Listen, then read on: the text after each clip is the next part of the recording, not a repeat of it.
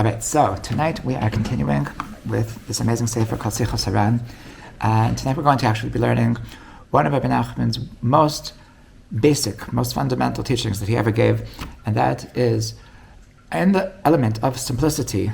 So about how evil it is and how dangerous it is to overthink, and this is where he has his rant against philosophy/academia.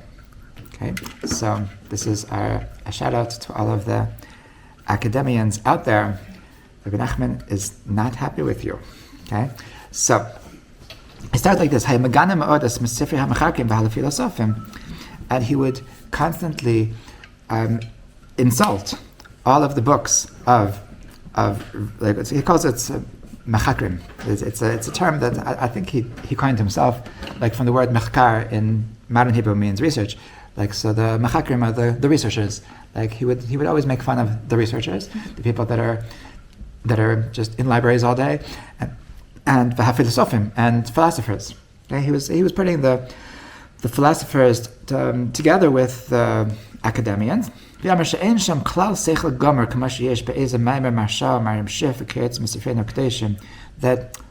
all of their thoughts and all of their wisdoms and all of their ideas, it doesn't come close to the wisdom of one Tosfos, of one piece of Gemara with that has a commentary and a question and answer, that there's a certain sweetness, there's a certain depth that nothing in the entire world of academia, you'll never find anything close to the depth of the truth that we find in Torah. That in all those books, you won't find this level of depth. You won't find this level of seichel, of intellect. He's not saying the difference is the Torah is holy and the other subjects aren't holy. He's saying it's just that's nothing. That's like second grade level. That's like, sorry, you're just not on board. My second graders could outsmart you, because if they would learn Gemara with you, you wouldn't be able to follow. So so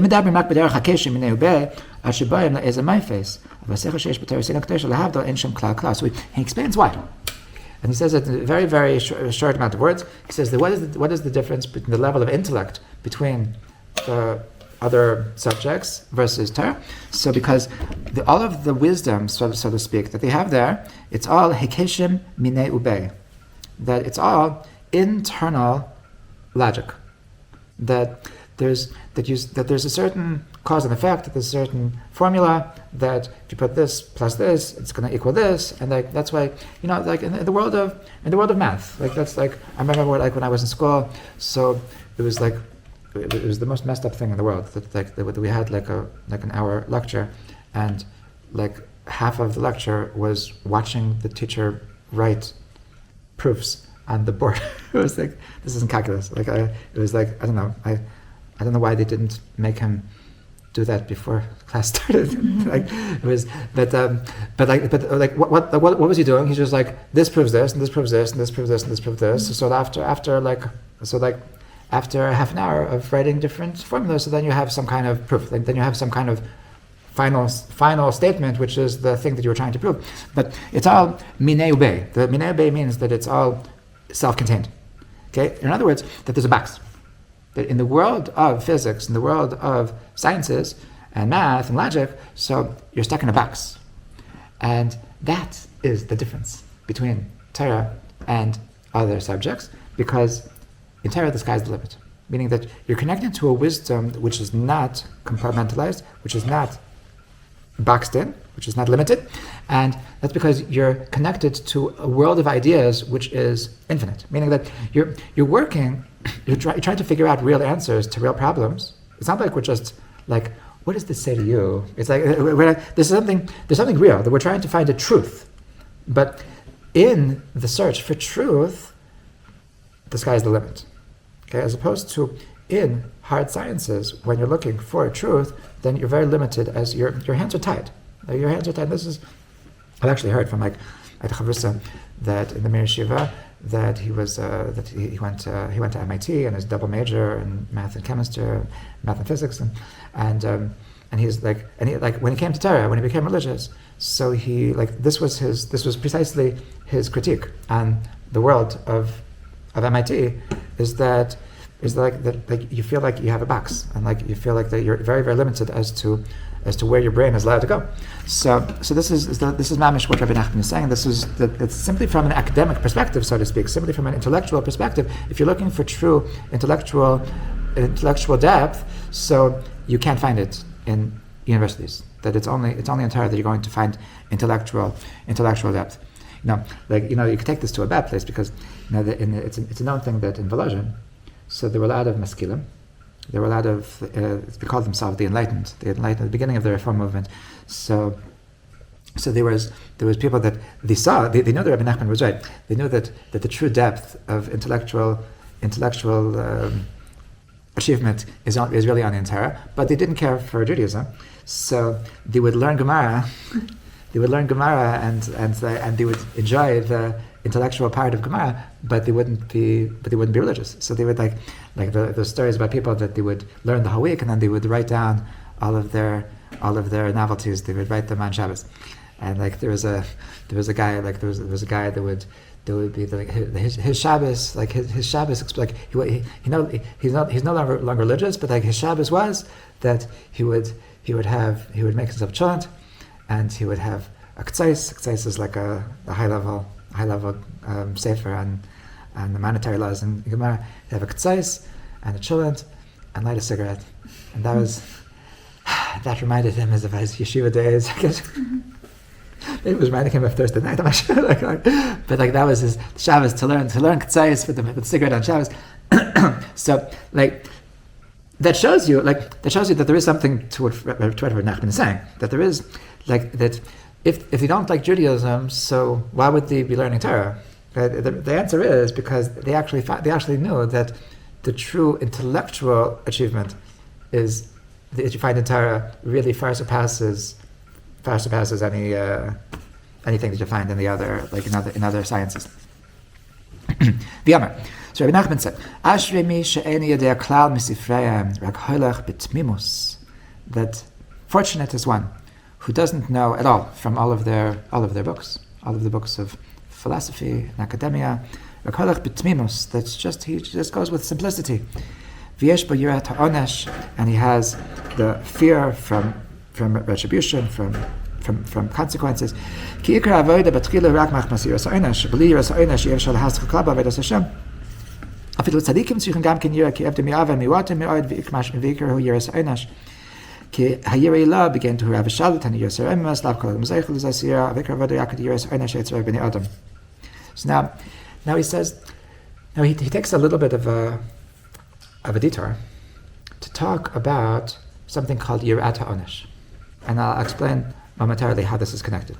Yirat ha'onesh means that there's different ways that we relate to Hashem emotionally. There's two emotions that we're called upon to have towards Hashem. One is called yirah, one is called ahava. Okay, ahava means love. Yirah, so it certainly has something to do with respect, with boundaries. It's usually translated as fear. However, I don't think that that's an accurate translation because the word fear has a negative connotation. Meaning, I fear somebody that can hurt me. I fear somebody that is threatening to kidnap me, is threatening to kill me, threatening to rob me. It's always somebody bad that I'm fearing. And if we're talking about God, why would I have a negative connotation towards God? So that's why I prefer the word respect. Now, there's another word which is used regarding Yirah, that is awe. And that's something that Rabbi Nachman speaks about over here as well. But that's because it says in Kabbalah, that says in the Zohar, that there's two levels of Yirah. There's lower Yirah and higher Yirah. The higher Yirah is what's called awe. So awe means that if you're scared to make a mistake in front of somebody that you really idolize. Okay, so somebody that you really, really look up to, somebody that you've been waiting to meet them for your entire life, and you finally have a meeting with them. So you're not going to mess up, because just the mere thought of doing anything that might in the least make them think a tiny bit less of you, that would be like the most horrible punishment, worse than anything they could do to you. Just that I'm just so in awe of you that I'm mesmerized by you that I can't go against anything that you would want. Okay? That's a very high level. That's called Yirat HaRomamut. That Yira that's sourced in Romamut, sourced in the greatness of the person that I'm in awe of. So that's awe. But Rav Nachman says that that's a very hard thing for a person to live life with that perpetual conception, with that perpetual consciousness of that. Oh my gosh, God is so awesome. Like there's a certain stress, Like I don't think it's practical for most people to have a constant feeling of awe, and that's why the more common yira is what's called yirat ha'onesh. So onesh means punishment. So that means that it's important to have punishment. It's important to think about punishments. Okay, so there's a boy that comes to these classes sometimes that his rabbi is like, this is his thing. Like his rabbi it's a very fear-based Judaism, and he loves to give classes depicting exactly what it's gonna look like after you die, if you're naughty in this world, and like he likes to make it very dramatic, and he likes to tell you exactly what like to help you really think about what hell is all about. And I don't know if I ever told you, but before Rav Noach Weinberg opened Eish HaTorah, so he took advice with Rav Hutner, and he gave him 3 pieces of advice. I have to find out what the third is. But one is that he should not take a partner, and he did not listen, and that's why Or Sameach broke off from Eish HaTorah, and the second one is do not talk about hell. That shouldn't be. If you want to turn people on to Judaism, so the way to do it is not through hell. It should be you should present a love-based Judaism, not a fear-based Judaism. So anyway, so there's a certain maturity that dictates that it's not healthy that your relationship with Judaism should be based on punishment, right? Because like ultimately a person that's living their life in fear, it's not a healthy place to be. So we look at ourselves as mature people, and we want to be healthy. And so to live my life out of fear is like I don't want that. Like if that's like I'm out. Like I can't live my life with that kind of mentality. So I'm not interested. That's why this mature place inside of our mind says that like come on, just like don't just let's just ignore that. So that's what he's saying, that there's a certain the philosophers / academics will tell you that come on, be mature. Come on, like that's the way like little children, they live their life in fear. You're an adult, broaden your mind, like listen, like I broke Shabbos yesterday and lightning didn't strike. It's okay. You should, like, if you want to keep Shabbos, but like calm down. And like there's so why is there always so let's first finish up just what is exactly Yiras HaOnesh. Yiras HaOnesh is, so it has to do with punishments, but we said it's not fear, because fear has negativity. So what is Yirat HaOnesh? So Yirat HaOnesh is the understanding that there's consequences. Yirat HaOnesh is what I call respect, meaning that the understanding that what I do makes a difference. Okay, and that's something which is necessary in a relationship, to have this understanding that I can't do whatever I want, that there's our rules, and if I mess up, so then it's going to change what what's going to be with my life, the trajectory of my life. So like, and this is something that I think is a beautiful thing. It's part of every relationship, that you think about like a husband and wife that are in a fight. So right now, there isn't so much love between them in this very moment. So, but he's not going to do something stupid because he knows that there's going to be repercussions for that, right? So, like in the heat of a moment, he might want to say something really, really hurtful to his wife, And the reason why he's not doing it is not because he cares about her feelings right now, because actually right now he doesn't care about her feelings. So why does he not say it? He doesn't say it because he knows that tomorrow he's going to regret it. Okay, that's just called respect. That's called understanding that there's ramifications, right? The same thing, like a person is on a business trip, like a continent away, and some girl starts with him. So he's not going to do something stupid, because even though right now, like, he doesn't feel this amazing loyalty because right now he's in a fight, but he's not going to do something that's going to mess up. He's going to something that's like, I'm going to regret this. This is going to mess me up big time. So like, it's good to know in the back of your mind that, like, even if I'm not in the mood, I'm still not going to mess up. Okay, so that's called Yiras Einish. I think it's a very beautiful thing. It's something. It gives a basis. It gives a foundation to the relationship. That's what Yiras Einish is.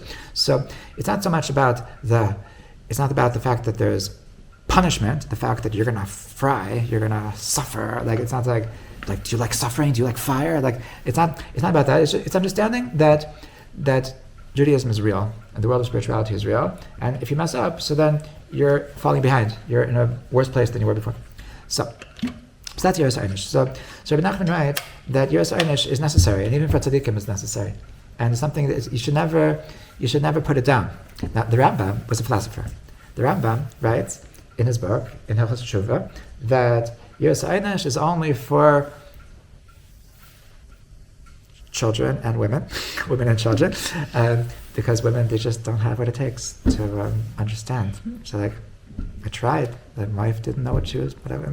Anyway, so okay. He was living 1,000 years ago, so make your own judgments. But he says the Yiras Einish is only for people that don't have high intellectual capabilities, and I assume that nowadays he would say that that's only for children, and he would put women together with academians. But the Rambam writes that Yiras Einish is not the mature way of going about life. Okay? So he says that it's only something that, like, people that don't understand that you should do things for the real reason, meaning just because it's the right thing to do. So for them, you have to scare them with fear. But when you're mature, you should not be living a life out of fear. You should be living a life out of ahava. You should do it from love, meaning from the understanding that I'm doing this because it's actually the right thing to do. I'm not doing this because I'm scared that, like, and there's truth to that as well, right? But Rabbi Nachman says that a person could read this Rambam and say, well, I don't want to be a baby, so I don't want to think about Yiras Einish, and I'm just going to ignore that whole thing about Yiras Einish. My Judaism is going to be based on love and connection, and so then you have the whole communities of people that they're very spiritual.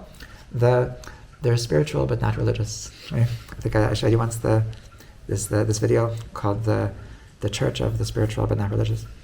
So it's a hilarious skit that about, like, that there's they're saying like I don't believe in heaven and hell, but I believe in reincarnation, and like I'm not sure if I believe in God with a capital G, but that feeling when you see a sunset, it just fills your body. Whoa, ooh, okay, everybody, I need a big hug, and like that's like being spiritual, but not religious. Like this, it's all about connection to what exactly, I'm not sure, and we certainly aren't sure. I mean, that's not okay. That's okay, because like we also don't know, but at least we give him a name, what we're connecting to, and if you only have, it's only about connection, not about rules. So then like, so what exactly are you doing? Like, what exactly are you signing up for? I'm just signing up for a connection. That's, I don't. So on the other hand, that's why, like, that when the Zohar talks about Avanira, you know how it calls it Avanira? It calls it two wings. That you can't fly without two wings. A bird can't fly without wings, so it calls Avanira the two wings. So if you only have Ahava, if you only have connection, so then, but you don't have rules, you don't have a commitment to following things just because it says, so then you can't fly. And if you only have the rules, but you don't have connection, so then you also can't fly. So you really need both. And it's not about balance, it's about having both. It's really that you need to absolutely have connection, and you have to absolutely be into the rules, and that's the yira. And so Rabbi Nachman is saying that don't forget the yira. Like don't forget the yira, and don't think that I'm only going to have yira when I'm at this high level of yira serevimus, when I have this high level of awe. So that I'm also not going to that because most of the time you're not going to have that, and then you're messed up. And then so you need to have this basic understanding in the back of your mind. Even if I'm tired, even if I'm annoyed, even if I really had a really hard day, so I'm not gonna say, okay, to hell with Judaism. I'm just not in the mood today. You're not gonna do that, because even if I'm not in the mood, even if I don't have a connection right now, even if I'm not feeling it, but I'm not gonna do something stupid that I'm going to regret tomorrow. Okay, and that's why Rabbi Nachman says that Yiras Ha'anish is something that every Jew needs, and even tzaddikim need, and it's not something to be embarrassed about. And it's something that the intellectual people can often disregard, and it's because they think so much that's why they leave away their Yiras Ha'anish. Okay? I was teaching in a different school that Rabbi Nachman has a story called the Seven Beggars. And the Seven Beggars, so he talks about that there was a country that the whole country was obsessed with wisdom and intellect, but because they were so obsessed with wisdom, so they forgot how to do war. They forgot war strategies.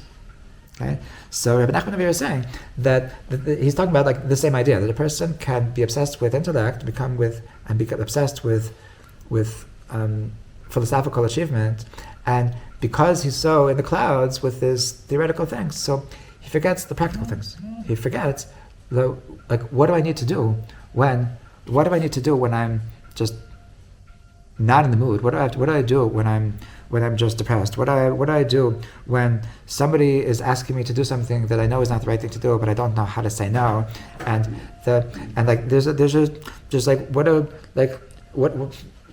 Any practical thing of how do I live as a Jew in the best way. So all the philosophy in the world is not going to help you with that. For that you need, like I told them, it's like the difference between talk therapy and behavior therapy. That like the talk therapy is about like, let's try to figure out the why. Let's try to figure out what's the trauma that's for which you've been in your bed for the past 3 months. And behavior therapy is like, let's just leave that on the side. Let's just get you out. Okay? Tomorrow I'm meeting you outside your house, 1:00 or else. Okay? We're just doing this. Okay? So, and that's Rabbi Nachman is much more just that if you're just too much in your thoughts, so then it's not going to get you anywhere per se. So this is the first thing, that if you're too into academia and philosophy, so then you're not going to have this basic place of devotion, this basic place of that I understand that life is real. I understand that this is not a joke. I don't need to understand everything, and because like whether or not you understand how exactly what is the chemical reactions that are happening inside of your body when you take a lot of cocaine. So whether or not, it doesn't matter. It's going to kill you whether you understand it or not, right? So a person says like, I don't know, I never really connected with keeping kosher. I never really don't understand. Like sorry kid, ultimately it doesn't matter if you understand. It is what it is. And it's beautiful for you to try to understand, because there's a lot of depth and a lot of beautiful wisdom. But ultimately, it doesn't really make a difference. It's in terms of tell that to the judge, you're called upon you didn't pay taxes on something, and you say, Your Honor, I've known about this law for years, and it never resonated with me. It doesn't matter. The fact that there's actual repercussions to what we do. So that's something that every Jew needs to have. And the person that's obsessed with the philosophy and the academia, so it can lead him to only do things when things resonate with him, and then he's gonna mess up his life. Okay. This is Rabbi Nachman's first critique on the academics and the thinkers and the philosophers, and how it's going to mess with their success in life. Okay. He continues. מי שלא מתחס ושלם בספר מחקרים והפילוסופים, נכנס בליבו ספקוס וכפירוס. A person that learns a lot of academia, okay, over here I think he's specifically speaking about philosophy, so he starts having doubts and heresies. And he starts having doubts and heresies. Because he says everybody is born with a certain element of evilness to him. What's it mean, evilness? He means the person is, a person is naturally attracted to lusts, things that he's not allowed to. But because he knows that he's going to get punished, there's going to be repercussions, so he overcomes his lust. But when he learns too much philosophy, so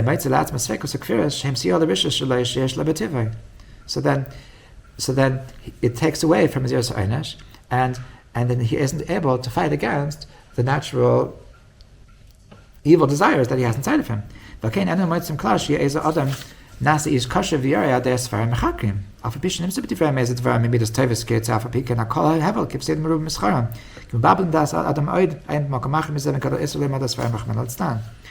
So now he says that what happens when a person is obsessed with, when a person is too much involved in the world of philosophy, so he has sfikus. He starts having doubt. Okay, this is very apropos to learn this today, because there's a famous Torah that says that Amalek is gematria safek. Okay, Amalek is gematria safek. That safek means doubt. Okay, so what does it mean that Amalek is doubt? That the big thing that Amalek, that wanted to, the evil, the poison that they put into the Jewish people, that we're trying to eradicate from the world, is doubt in our truth. Okay? Meaning that a person that is naturally understands that there's a God, there's a meaning, and that I know what my mission is, and a person can be very passionate about it, a person can be very strong, and then Amalek, he comes and says, like, are you sure? Like, you've never seen God? Like, I don't know. I see people who are very happy without God. I see people who are very successful without religion. Like, are you positive? Like, how do you know? Like, can you prove it? And they ask these kinds of questions that, like, and at first you push it off, but like the more that they're persistent, so then the more you start thinking about it, and it bothers you in the middle of the night, and then you say that, like, okay, I don't really know. I'll do it anyway, but I don't really know. And then the next time that you're being tested, and the next time that you have some struggle to do something that you know that you're not supposed to be doing, and until now you were telling yourself, oh, come on, that's like, you're not allowed to do that. That's not the way you're supposed to act. So, but then you say, yeah, but maybe that's all BS. Maybe that's real. Maybe somebody just made that up. Maybe they're just muddling my mind with nonsense. And maybe, like, there's no God. Maybe there's no Judaism. And maybe it's all, I can do whatever I want. So okay, like, just this time, just like, it could be that it's all right, but it's all in the spur of the moment. So when we're making our decision of, like, what should I actually do? So until now, so on the one hand, this is something that my hormones want.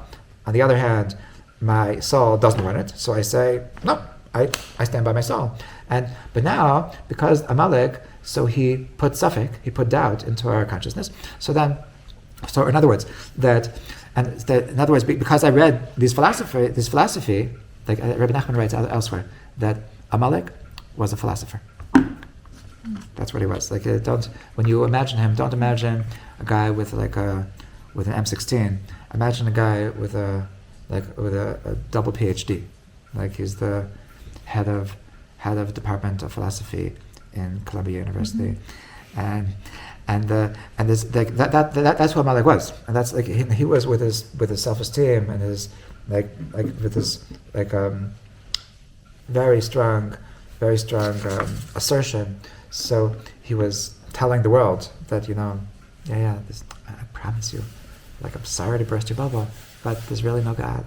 And so this is the philosophy that puts Sichos, that puts heresy into a person's mind, and so even if you're not going to become an atheist, but the more you learn about these things, so that it takes away from the place inside of you, the consciousness that is really, really strong, that in the depths of your heart you are very, very convinced, you're very, very strong, you're very, very you're very, very absolute in your beliefs, very firm in your beliefs.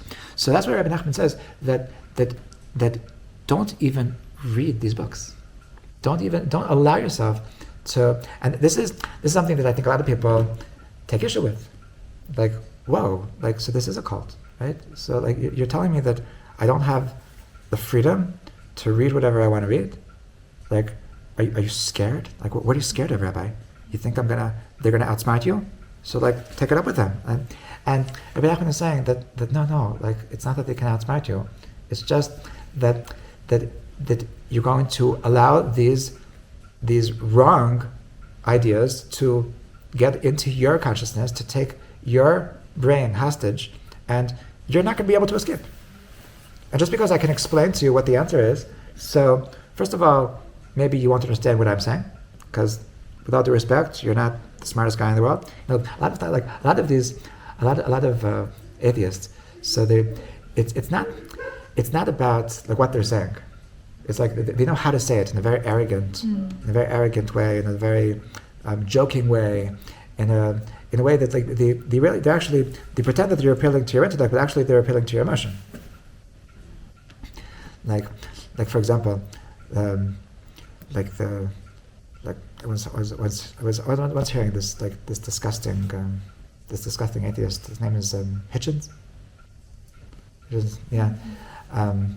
That he was talking about the divinity of the Torah, and he said, did God write a book? Yeah, God wrote a book. You sure? And he's trying to make it sound that sounds godly to you, God. He's going to write a book. That's what he did. God, what did you do with your life? Oh, I read a book. And he's doing it in a way that makes it sound like it doesn't make any sense.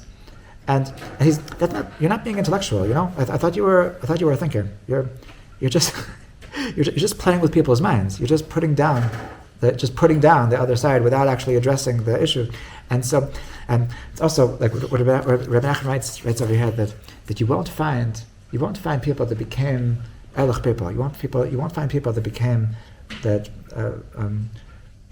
well-mannered, thoughtful, good character traits, good midot, to be compassionate, to be they're not when I see these atheists arguing, debating. So I say well, Rabbi Nachman was spot on.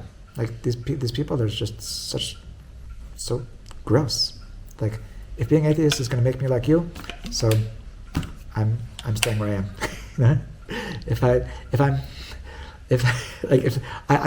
I can't believe that you speak like that. I can't believe that's the way you hold yourself. That's the way that's enough of a reason for me to just live my life with the opposite, with everything. I want to be the opposite of you.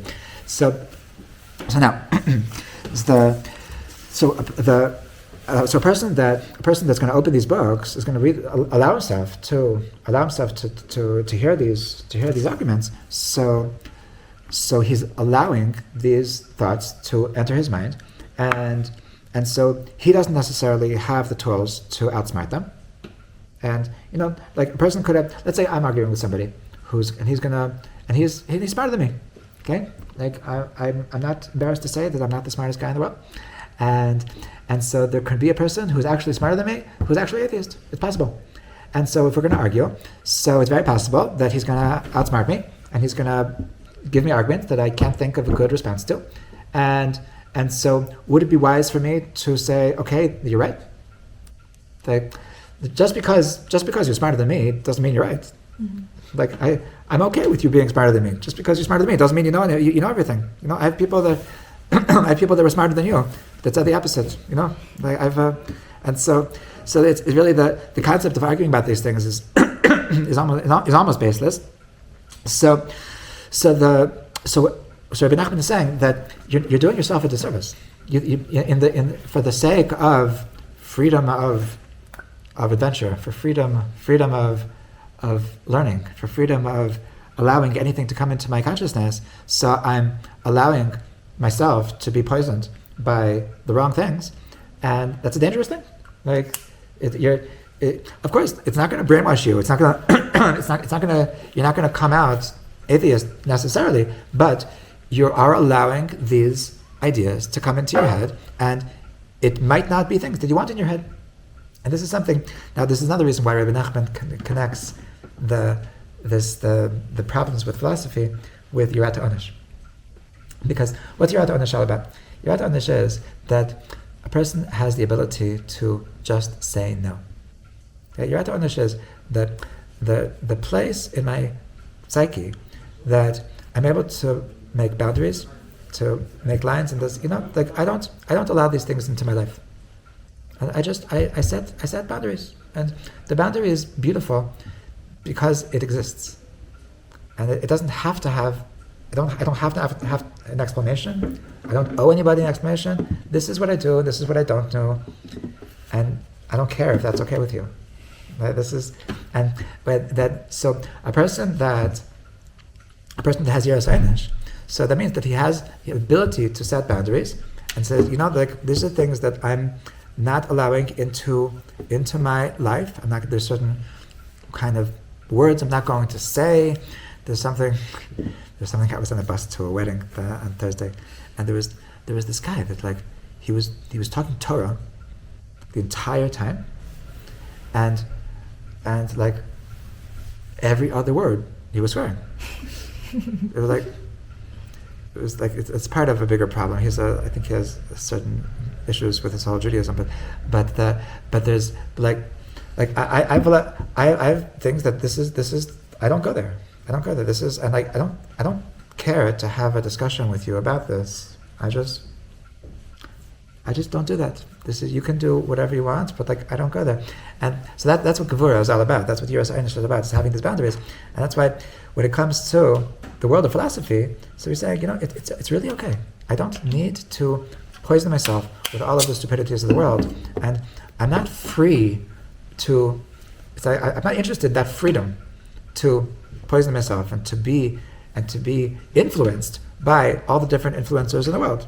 If that's the Rambam writes that a person is constantly affected by the people around him, and that's why you need to constantly surround yourself with good people. There's a saying that you are the average of the 5 people that you hang out around with the most. And so, I always tell my students that people are going back to America, that what community you go back to is the greatest, the most important decision that you're going to make. That to be in a community that you have religious support, that you have it's cool to be religious, and that's the vibe. That's worth more than having 20 chavrusos a week. So if you're that is the thing that decides what is your future, is what are the people around you. So it's possible to remain religious when you're on your own, but it's 1,000 times better. So because we're so influenced by our surroundings, so if I'm in an environment where everybody is pro-Palestine, if I'm in an environment where everybody is secular, where everybody thinks it's not, there's a certain disdain to religiosity, somebody was talking to me about her boyfriend, that he's religious, but he's in a place in Tel Aviv that it's really not cool to wear a kippah. So when he's at work, it doesn't come on, you really think that it's just at work that he's taking off his kippah? You really think that it's not poisoning him deep on the inside? He's constantly being affected by this mentality. Of course, it's going to get to him. So this is what Rabbi Nachman says, that just say no. No, you're okay. You're okay not reading these books. You're okay not involving yourself in this whole world of academia. Now, there's another thing that I think that Rabbi Nachman is referring to here as well, in his hatred towards academia and philosophy, and that is that besides the actual content of what they're actually saying, I think that perhaps even more dangerous is the assumption of the mindset of the world of academia. And that is that in the world of academia, so it's all about the fact that human beings can come to truth using their brain. Okay, meaning that if you think about what is the difference between Torah and philosophy, so there's two ways to come to truth. And the philosophical approach to finding truth is that, well, I'll just think about it enough. And if there's a certain belief that if I think about something enough, I'll be able to come to the truth because I actually decide what is truth. Whereas Torah is quite the opposite. That how do I reach truth in Torah? I reach truth through revelation. Okay, and he's about to talk about this in the next paragraph. That there's a problem in the premise of academia that if I want to come to truth, my human brain is the way that a person can come to truth. So this is why the thought that my brain is really the ultimate decider of truth is actually something which will bring me away from God, because when the ultimate way to find truth is my brain. So what I'm basically saying is that human beings are the highest level of the pedestal. So the feeling that mankind is on top of the world, so sort of doesn't like the feeling that there's somebody above you. Meaning that the more that I'm feeding myself that I'm the top of the world, that human brain is the decider of truth, so then I'm basically saying that I am the king of the world. And that's why philosophers actually think that they're the top of the world. Philosophers actually think that this is it's normal for a philosopher to be arrogant, because it's the basic premise in their entire career, is that I am truth. I'm basically God. So that's why to tell them actually no, there's somebody above you, that's something that doesn't sit well with them. So this is another thing I think that Rabbi Nachman is saying, that the whole concept in the whole world of academia, so I am deciding whether or not there's truth, and it's the same thing in this aspect. I don't think it's only philosophy, even though it's certainly also philosophy, but I think that really this is true to a certain extent in all sciences, because all sciences are based on this premise that I'm a scientist, so if you can prove it to me, it exists. If you can't prove it to me, it doesn't exist. And that's how a scientist thinks. That's what he's taught to think. A historian is a similar thing. That I'm a historian, so if there's historical evidence, then it existed. If there's no historical evidence, it didn't exist. Which is, by the way, which is silly, because like if yesterday I sneezed and nobody videoed it, I mean, they say everything's being videoed, but if nobody that we know videoed it, and I threw the tissue into the toilet, it disintegrated, so there's no more tissue, so there's no more nose dirt around, and so there's no evidence that I actually sneezed yesterday. So did I not sneeze?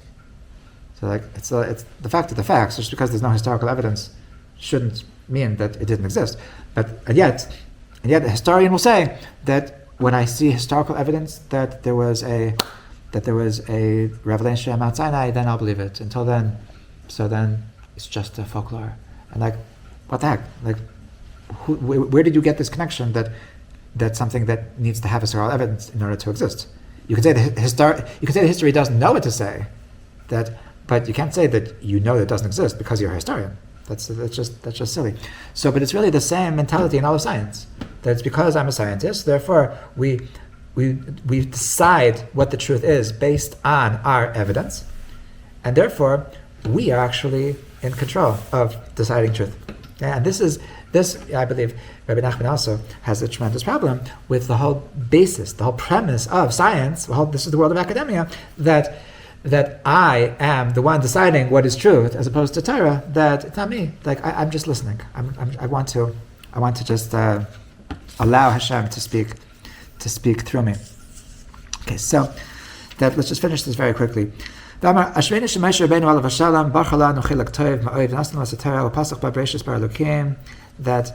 we're so fortunate that we have Moshe Rabbeinu. The Moshe Rabbeinu was a smart man, and he gave us the Torah, and he said, Kindalach, guys, that Hashem created the world in 6 days. Got it? Got it. And he didn't say, let me explain it to you. He didn't say, let me prove it to you. So he didn't start writing on the blackboard for half an hour. And he just said, Kindalach, let me tell you. Hashem created the world in 6 days. And it's all good. And he said, oh, and you have to believe it. Oh, okay. Gotcha. I believe it. So it's forbidden to start having these doubts, to have these questions. Okay.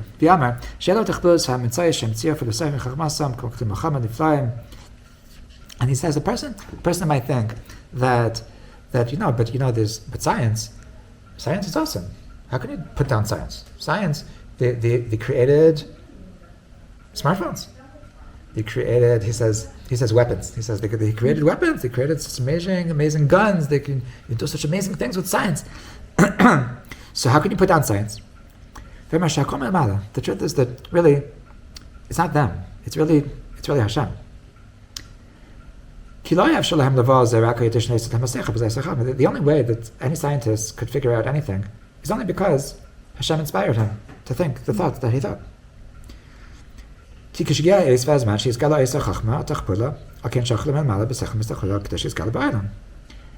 Because the only reason why he was able to think about it is because Hashem thought that, okay, now is the time that such a wisdom should be revealed to the world. So that's why the researcher, the scientist, the philosopher, that's why he thought about this thought.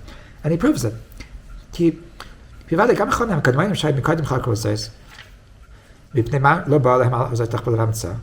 Because there were wise people before, like Einstein was a great guy, but like he wasn't the greatest, smartest man that ever lived. He was a very, very smart guy, but he wasn't so how come the people that are smarter before him, how come they didn't think of it? Well, they tried the same thing, and it's all because he's smarter. It's not because he's smarter, he's not smarter. So he thought about it, and he didn't think of it. So what's the difference? The reason is because Hashem allowed this person to think of it, because our thoughts aren't in our control, and some kind of thought process. Even we're talking about like in the box kinds of ideas. So it's only if Hashem allows a certain person to think of a certain idea, then he's going to think of it, and if not, then not. So he says the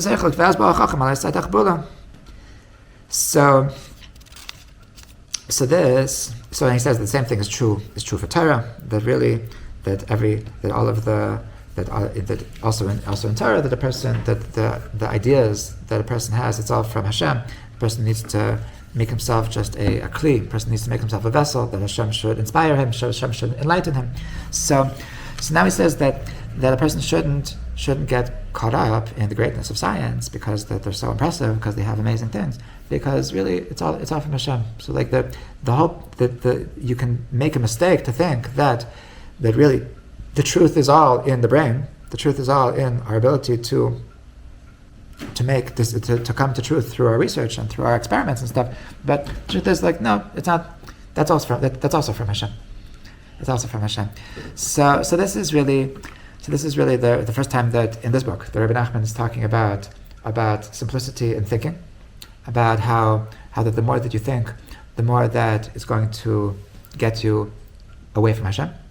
The more that you think, the more that it's going to get you away from the Yiras Shemayim, from the having self-control, to being self-disciplined. The people who are too much philosophy, they simply aren't self-disciplined, and they aren't able to hold themselves to their values, to things that they themselves believe in, because they're forgetting that part of their psyche, they're forgetting that part of themselves that's in charge of just like being strong and just being a person with convictions, being a person with self-control, and because they're too much in the air, too much in the clouds.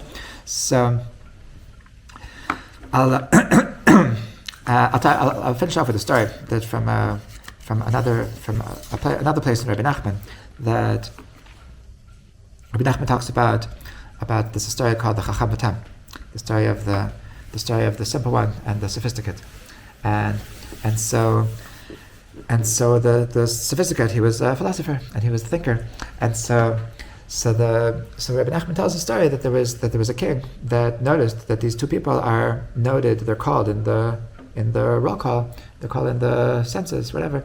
This one's called the simple one. It's called the sophisticate. So he said, "That's so interesting. Why did he call them that?" So he wants to meet them.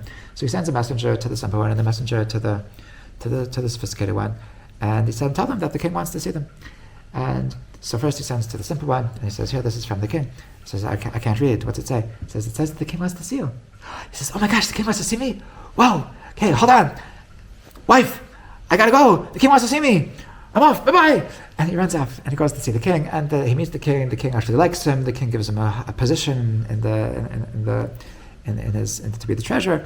Anyway, so then he sends a messenger to the sophisticate, and he says, "I heard this is from the king." He says that he opens it, he reads it, and so he says, "I have to think about this. This is fishy. Something doesn't make sense. The king wants to see me." So he's thinking and thinking and thinking. And he says, "Does it really make sense that the king wants to see me? No, it's true. I'm so smart and everything. But I'm sure the king has other smart people. I'm sure the king himself is pretty smart. It doesn't make sense. Why would he care?" I think about this, and so he comes back the next day and he says, tells the messenger, "I thought about this a lot, and tell me something. You said this is a letter from the king, right? Have you ever seen the king?" "No, I never saw the king." He said, I knew it. Listen to this. I have a theory. There's actually no king. And because think about it, it makes sense. How could the entire country agree on one guy that he's going to be? It doesn't. How could there be it doesn't make sense. So, and if you're wondering, what about all the stuff that comes from the king? There are all these decrees and everything. So there's this board, and this board of trustees, and they convene every week, and they say what the king says, and that's the. But I'm pretty sure about this. There's no king. So, because it doesn't make sense. Because how could the king want to see me? So okay. So, and then they becomes, and so basically what's Rabbi Nachman saying? That the person is thinking so much, and because he's thinking so much, he comes to ridiculous conclusions. And it's all because he's thinking so much. And he just should have been simple. He should have said, "The king wants to see me? That's amazing. I'm going to go see the king." And this is something that Hashem tells every one of us, that, guys, I care about you. I want to have a relationship with you. And we can have one or two responses. Our response could be, "Oh my gosh, that's amazing. I'm in." And then we're living our life constantly feeling connection, constantly feeling Hashem's embrace, constantly feeling satisfaction, constantly feeling that we're living our lives the way that we should be, which is the most amazing feeling in the world. Or we could constantly be doubting, constantly be questioning, constantly researching, constantly reading another article to convince ourselves that it's actually okay, that we're not following what we know deep down we're supposed to be following. And then we're going to be brilliant, and we'll be able to outsmart anybody, and we're going to be miserable, and we're going to be living lies, and it's all because we thought that we could be so smart. So, l'chaim to simplicity, l'chaim to fighting against the world of academia. I used to say that Rabbi Nachman was a self-hating philosopher, because there's places in this Torah that he quotes what the philosophers say. He apparently he read a lot of philosophy. He was very well versed in philosophy, and yet he talks about how disgusting philosophy is. But I was thinking the other day that it's not that he actually wasn't a philosopher at all. He wanted to read what they had to say in order to fight them, in order to know what he's fighting against. But in his mindset, he was quite the opposite of a philosopher. He was a very, very simple person deep down, with a certain healthy curiosity to what these silly losers are doing all day. But there wasn't and he writes elsewhere that only very, very strong, brilliant people, such as himself, can do such a thing without getting damaged. And it's really the world of philosophy as a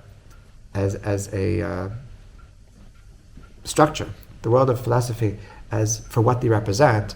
So it's something that actually just is really on the wrong side. Okay, so l'chaim, tada.